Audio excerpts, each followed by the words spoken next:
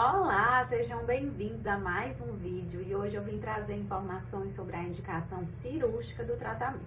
Então, quando é que o tratamento para a endometriose precisa realmente de uma cirurgia? E aí, primeiro, eu queria esclarecer que eu sou nutricionista, não sou médica, mas eu faço parte de uma equipe de médicas que trabalham tratando mulheres com endometriose. Eu faço parte da equipe que também acompanha essas pacientes quando vão ser submetidas a uma cirurgia. Então, estou falando aqui de um olhar de uma profissional que está compartilhando informações, mas não usa esse vídeo como base para definir o que você vai fazer da sua vida, porque realmente precisa discutir com o médico a melhor forma de conduzir o seu tratamento. Então, primeiro de tudo, é preciso entender que as doenças, para ter uma indicação de tratamento X, Y ou Z, os médicos se baseiam em consensos, que são o quê? São manuais do que fazer quando a paciente tem determinada doença. E esses consensos, ou seja, esses manuais, eles dão condições exatas de quando se deve realizar ou não uma cirurgia. Então, quando o médico indica uma cirurgia para um paciente, não é apenas a opinião dele sobre a doença, é baseado em um consenso maior, foi discutido com vários profissionais e chegou à conclusão de que aqueles casos específicos são cirúrgicos e não um tratamento clínico convencional apenas à base de medicação, certo? E aí, esses consensos são sempre atualizados, sempre sai uma publicação sobre o tema.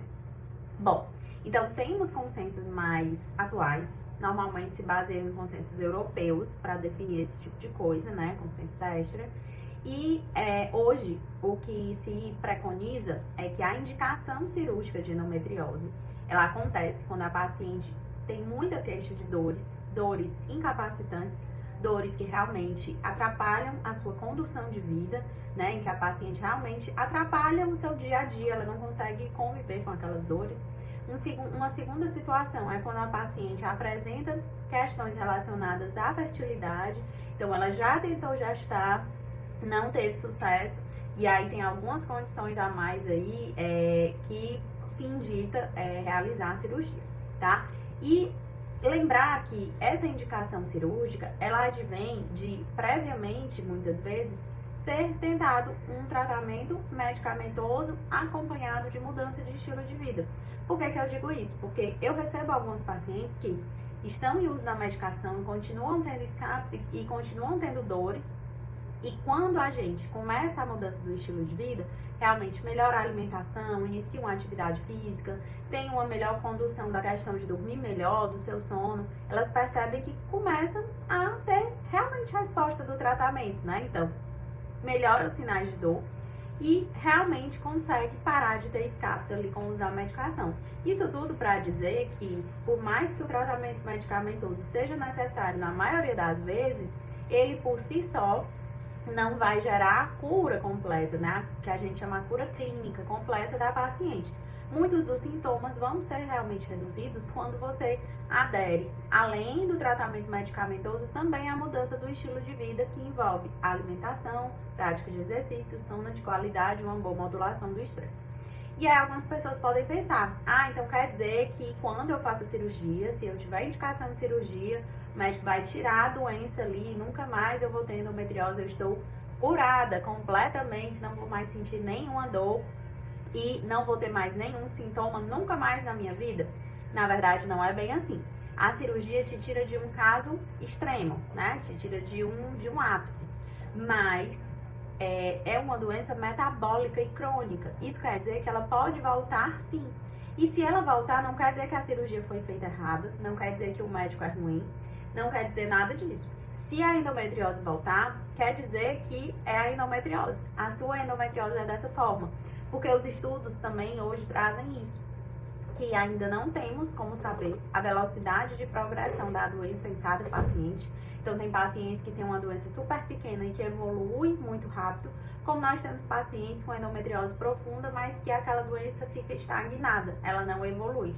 Que é outro quadro que também se indica cirurgia, quando a doença da paciente tem um grande crescimento rápido, né? Então, ela fez um exame e detectou uma determinada quantidade de endometriose, e daí ela fez o exame novamente, 6 meses depois, e a doença cresceu absurdamente.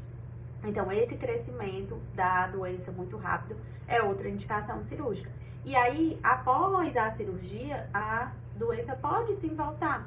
E por isso que a gente estimula essa mudança do estilo de vida também para quem faz cirurgia. Porque é o ideal você tratar o estilo de vida para prevenir a progressão e o retorno da doença, certo? Então já garante aí que você precisa se tratar antes e caso seja necessária a cirurgia, também você precisa fazer esse tratamento depois. Eu acho que uma grande novidade que a maioria das pessoas não sabe é que existe um tratamento nutricional para o perioperatório, ou seja, existe um protocolo para você seguir durante o período que você vai fazer a cirurgia.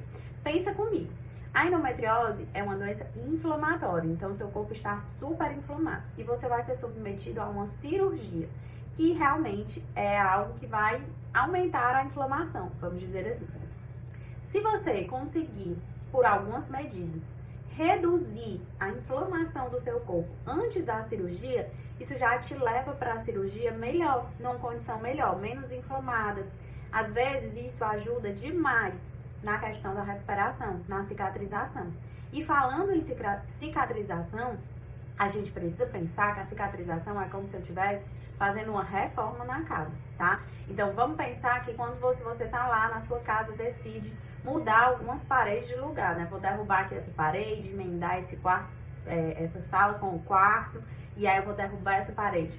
Quando você derruba a parede, e às vezes você tem que reconstruir uma nova parede, você precisa comprar tijolo, cimento, tinta para pintar a parede que foi recuperada. Então você precisa de materiais. No nosso corpo não é diferente. Quando você faz uma cirurgia, você precisa reconstruir alguns tecidos. Para poder juntar esses tecidos, você vai precisar de nutrientes. E esses nutrientes a gente precisa avaliar quais são. Tem alguns que a gente já sabe que são importantes na cirurgia, mas também é muito interessante quando a gente avalia a sua deficiência individual e faz uma suplementação específica para você. Mas já existe no mercado algumas fórmulas, né, alguns suplementos que são específicos para quem vai realizar a cirurgia e a gente faz essa indicação. E além da suplementação que a gente pode fazer antes, durante e depois da cirurgia, a gente tem também as dietas. Então, a dieta que a gente consome no dia a dia, a gente chama de dieta geral, uma textura geral. Eu tenho fibras, eu tenho alimentos crus, alimentos cozidos, alimentos integrais ou não. Quando a gente faz uma cirurgia, o nosso intestino, ele muda um pouco a funcionalidade. Porque você vai estar ali se recuperando, cicatrizando, você vai ter que favorecer a absorção de nutrientes. Você vai estar com a digestão mais lentificada, então você come algo e aquilo pode pesar um pouco mais, demorar um pouco mais para digerir. O seu intestino, ele pode ficar mais lento, então você vai ter dificuldade de ir ao banheiro, vai sentir realmente mais constipação. Então, estes são só alguns dos sintomas que a gente tenta minimizar com a condução adequada nutricional para o pós-operatório. Então, a gente faz uma indicação de uma dieta adequada, a gente conhece como que o corpo está funcionando nesse momento que ele precisa cicatrizar e a gente consegue dizer qual é a dieta melhor, mais adequada, que você vai se sentir bem consumindo nesse pós-operatório. E caso você faça esse acompanhamento, você tem menos intercorrências. O que são intercorrências? Complicações, dificuldades no pós-operatório.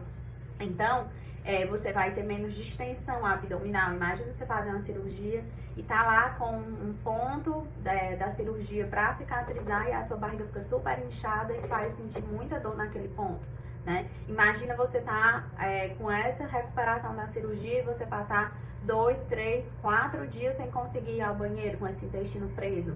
Então, esses são alguns dos sintomas que a gente consegue contornar com essas orientações nutricionais.